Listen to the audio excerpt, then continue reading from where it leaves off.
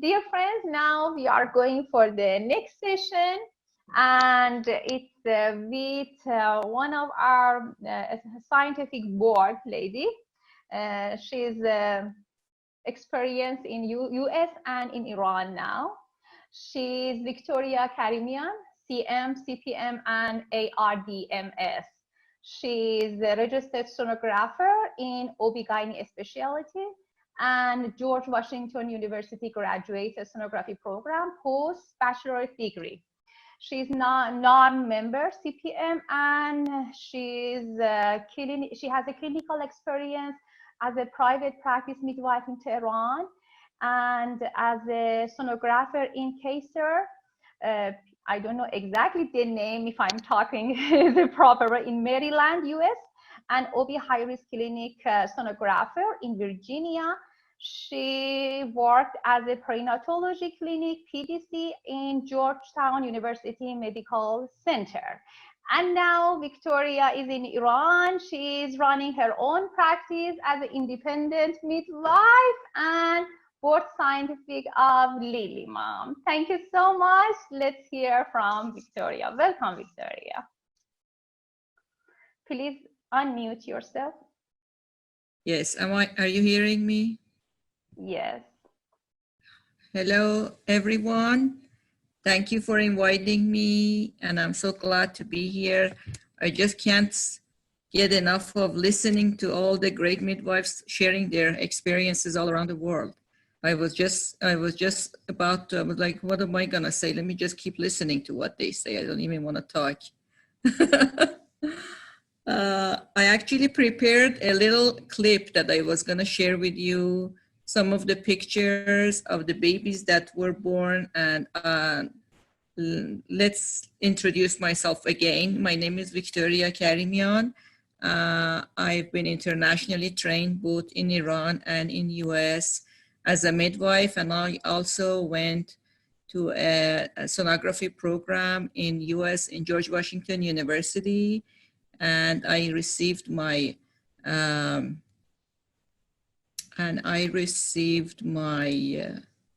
oh, Miss Ahangar is saying, I love you. And I received my, I passed my ARDMS board exam, and I became a registered diagnostic medical sonographer in the specialty of OBGYN from ARDMS after I finished the program with George Washington University. And I worked as a midwife and a sonographer in the perinatology clinics in Georgetown, in Fredericksburg, Virginia, and also with Kaiser Permanente. I worked as a sonographer in their OB department as well. So I have plenty of experience both in midwifery in Iran and in US, and also being a high-risk pregnancy sonographer in Washington, DC area mostly. I've also worked with both with CPMs and also a nurse midwife, which was graduated from Brooklyn in NYU, and we were doing home birth together. She was actually going to people's house and doing home birth, and we were working joint together, trying to learn more and serve people in. Mostly it was people that were living in the areas that were rural areas and underserved areas, and we really enjoyed helping them. And I have to say, insurance was actually paying for the services that we were providing for the moms. And that was a great experience that I had in US. But like this lady from Australia was saying that the labor and the delivery is not a service that the insurances provide for the people, for the moms. That's just too sad that the insurance companies don't cover midwifery services for the moms in Australia. But we've had the experience and we've had the advantage of the services for the moms to be covered by the insurance in Maryland. So that was a great thing that I should compare US midwifery services to Australia.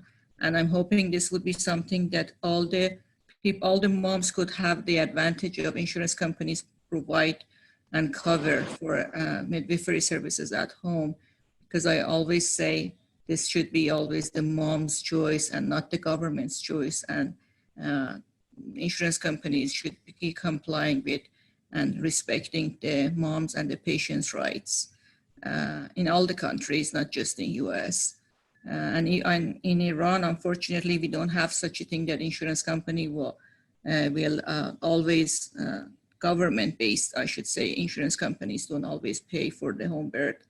And even the private sector insurance companies don't cover for the moms if they want to do, if they want to use a individual midwife who can go either to their home or in the hospital, be able to do their labor and delivery. I'm hoping one day we will resolve this problem in the world, that people can actually get their labor and delivery be covered, services be covered through insurance companies. And so if you want to ask me any questions, go ahead. And so I can, actually Leila was saying that I should give probably would be a great thing if I could compare the midwifery services in Iran and in US. If you have any questions about this, maybe you can ask now so I can go to the clip that I want to share with you, if you like. If not, we can just go ahead and go for the clip that I've prepared, if it's okay now. Okay, I got it.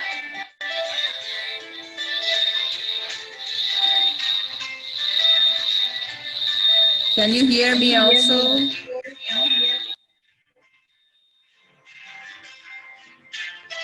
Yes, we can. Yes.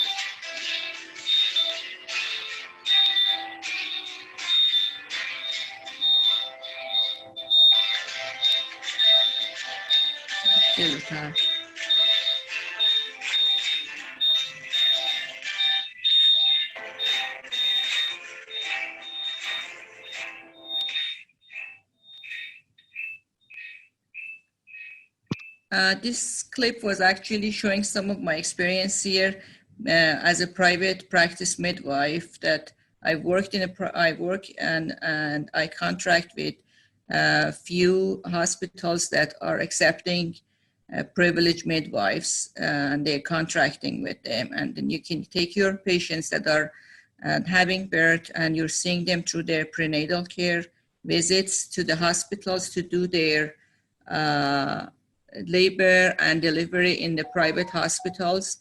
And this is something that in US, it was so difficult for many of the midwives to do. They were mostly going to private practice and going to people's homes as certified professional midwives, or they were mostly nurse midwives that they were going through American College of Nurse Midwifery track and becoming hospital midwives, basically. These were the two tracks that I was mostly seeing in US. And one piece that was missing was the format that we were working as a midwife in Iran, which it was really missed, because I was so used to being a midwife and then opening your own private practice, and then go and contract with the private hospitals, and then be able to do your own patient's delivery in the hospital without any supervision from the OBGYNs. And even in US, a lot of the states, as you may know, Augustine, that there are so many states that are not regulated for midwives, private practice midwives, to work in the hospital with the backup of physicians. They're usually being supervised by many of them are being supervised by and ruled by the doctors, which midwives, of course, didn't like that idea. And most of them wanting to have a backup from backup physician, OBGYN, and they don't like to have a supervising physician or supervising OBGYN to work with them. Actually, midwives, when I first went to the US in 1994, and I was trying to find a track that is very similar to the midwifery practice in Iran, I was pretty disappointed. Find out that in most states, you don't have such a system that helps you.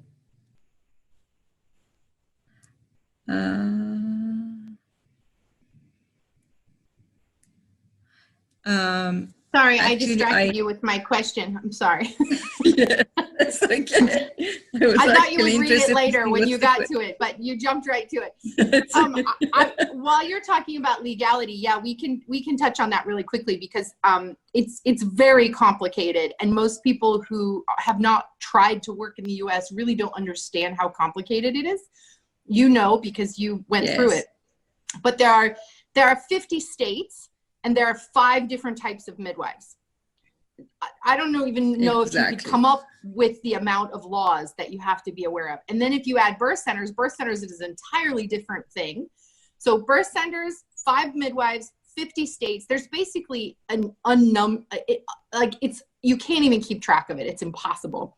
And so someone was telling me, let me interrupt you here, that someone was telling me when you're entering a new state, it's like you're entering a new country. So don't think that any of these states have anything to do with each other. And they were right. They have so many different varieties of laws and regulations that you didn't know how to fit in. You didn't know, and unless you go and live in that state, you can't really research it. You can't really know ahead of time what you're going to be walking into, and that was so scary. Exactly. And right now I'm trying to explain it to the midwives in Iran because they keep asking me, well, what was happening in the US? How was it? Which state is good? Which one is not good? I'm like, I didn't live in all the 50 states, so I don't know. Unless you go and actually live in them, you don't really know the ups and downs of the laws and regulations there. And I really don't have a clear answer for that. Yeah, it's kind of crazy. I'm sorry, so I interrupted you. Go ahead, you were saying something. The certified nurse midwife tract is legal in all 50 states. But what you were referring to a little bit ago is that there are only 26 of the states where CNMs have legal autonomous practice, where they don't need physician supervision. Yeah, they told me half of the states only. Yeah. And then in the other main designation, the CPM, it's only legal in 33 states right now. So you could actually be a fully trained midwife that's nationally certified and have the risk of a felony where you practice. Like that you would go to jail for doing the job that you're trained to do. And I remember so many of the midwives, they were taking the chance of even getting arrested. And they were like, okay, I called a couple of them and I said, how are you guys practicing? Aren't you afraid that someone is going to come and arrest you and say, why are you being an illegal midwife? They were like, no, we don't have malpractice insurance. And we tell the patients that we are midwives and we don't have an insurance. And if you want to take a chance to hire us, go ahead and hire us. But if something goes wrong, there's nothing legally you can do. So either the patient decides to agree with that and choose us, or they say, no, okay, goodbye. We have to go to another one. Yeah, basically. They were having so many patients. Yeah. Yeah, we even with this difficulty and with these limitations, they had so many patients that they wanted them and they wanted to be their patients and they were not afraid. They were like, we know, we trust you. Yeah, patient demand is real. Like women want what they want, right? And so there will always be someone filling that void. The problem is that the quality of the care that fills that void is oftentimes a little questionable in some places. I used to work in an illegal state too, and it's that same thing. The only real threat is from the state itself, because if the state pursues a wrongful death or, some kind of if something goes wrong, then you're in big trouble. That's right. Exactly. That's right. You have no support. Then you have. Yeah, it's a very stressful environment to work in. Very stressful. Well, Victoria, I had a question for you that I typed to you. You are really fascinating because you have this dual degree. You have this whole other profession that you have skill in besides midwifery. And I just was curious if you would share with us, from your perspective as an ultrasonographer, what have you learned in that profession that you wish all independent midwives knew? One of the problems that in Iran I had, the reason, let me tell you what made me decide to start a sonography program in George Washington University. Besides that, my family was moving to the DC area. My husband was going to get a job with NIH and with FDA. I'm like, well, why don't I start going to one of these accredited programs that are well known in US? Why don't I just start a sonography program? And I was like, okay, that's a good match with midwifery. Even if I want to continue with my midwifery practice in Iran, that will be a feather on my hat. I used to call that. Then I can understand, even though in Iran, midwives don't have the right to have a sonography machine, even in their own private practice, but at least I would have a good knowledge of when the reports are coming, looking at the images that they send. I will know a lot more than what they teach in midwifery school. That was the main reason that I went to this program, and I wanted to learn much more in depth about sonography, especially OBGYN sonography. And it was amazing. And I thought it's the easiest job in the world to learn to become an OB sonographer, and I was mistaken. Because as soon as I entered the school and I learned OB ultrasound, I was like, oh my God, this is the toughest job in the world. How am I going to chase the baby so much for an hour? Especially if there were twin babies, I had to chase two babies for 45 minutes to find where the fingers are, where the toes are, where the mouth is, where the nose is. To be able to do a really good job screening fetal anatomy. So yeah, that was my motivation and the reason that I started going to sonography program in GW. And I really enjoyed it because then I could really link between midwifery, especially high risk mom that they would come. I always had the compassion of a midwife and then the techniques of sonography. And they really enjoyed, and they were so amazed. They were saying, wow, you're a midwife too. What are you doing here? I'm like, I want to learn ultrasound too. Because most people are not used to having a midwife becoming a sonographer at the same time. And I was working in perinatology clinics, mostly in Georgetown and in Fredericksburg, in the hospital. There was a high-risk perinatology clinic.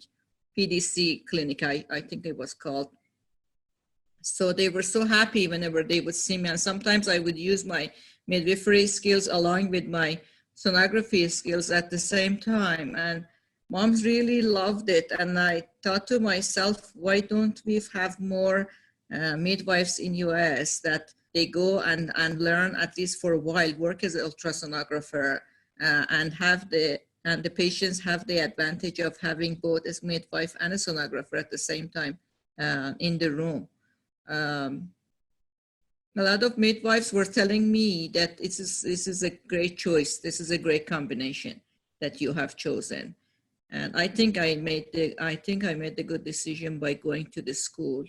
And then now that I'm in Iran, I went to the university. Shahid Beheshti University is a public university here that they asked me to come and teach the midwives OB sonography because most radiologists here don't really do a good job trying to teach the midwives about ultrasound in midwifery because they think they're going to be going and getting a machine and starting doing ultrasound on their own, and they're not going to. It's also politically, I think it's kind of, I have to say, they have dominated the market, the radiologists so bad that even the OB doctors here don't have the right to touch the ultrasound machine. And this is a problem in the US. I think in most countries, midwives are getting trained. They have ultrasound courses that they have to learn. They have to learn basic OB sonography. OBGYNs have a right to learn about OB sonography and GYN, but unfortunately in Iran, it's pretty much dominated by radiologists here. That it's even legally, they're considered illegal for the midwives and for the OB doctors to have an ultrasound machine in their practice. And even then, And even if they do use it as a diagnostic tool, they can't really charge for it. They're like, if you want to get, if you wanted to get paid, then you have to go to a radiologist and pay for your services, ultrasound services, OB, GYN services, and all the ultrasound services with the radiologist doctor. That's the problem in Iran. Well, so and then in the US, we have this random phenomenon where they have these boutique ultrasound places. Did you see that when you were there? Oh, yeah. Where it's like a coffee shop. That they were like, yeah. Oh, exactly. I think that it's more commercialized. And then they scan your baby, and then they charge you, you know, $100. Picture. It's like you've entered the gallery for making a photo album of your baby. Yes, it's a lot more commercialized. In Iran, we don't have such a thing. Thank God, we don't have that disaster yet. That they and then the moms ultrasound. Think, oh, now I'm safe. I had an ultrasound, and I'm like, no, that's not even. That's a picture. That's not an ultrasound. Yeah. Yeah, here in Iran, people go during their pregnancy and they take pictures with the dad, with the mom being pregnant, holding little baby shoes, and those are nice. And I always felt the kind of ultrasound pictures that they take back in US is very similar to the pregnancy photography places that they have in Iran, and they make tons of money from it. Unfortunately, everything in US that can make a lot of money can be very much popular, and people will really enjoy using that. They don't care if it's really scientific based, is it really helping them, or it's just helping them emotionally, getting some kind of a support, or it's just a lucrative business. Yeah, it's just a business. If it's the US, it's just about business, I promise. Yes. I always told the patients that if you want to go and have fun and do an ultrasound 3D, go ahead and do it. But that's going to be completely different than doing a scientific-based ultrasound and medical-based ultrasound that we are doing here. You can have it both ways. I'm not going to tell you don't do that. Go and do it, but that's never going to be a medical, scientific-based sonography for you. It's just like taking any other pictures in a photography shop. Yeah, exactly. Well, we are coming to the end of our time with you. So grateful to have you. Let's sort of do a roundup, see if there's any other questions for you. Sure. It looks like somebody messaged here about being a holistic doula and trying to become an independent midwife. Yeah, it's definitely hard. It depends on where you are in the world.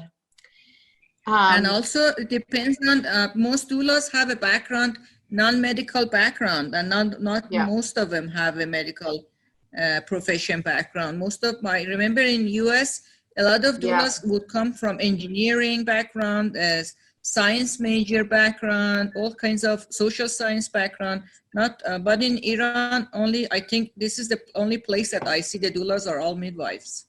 Yeah. Yep. It's very interesting. Great. Yep.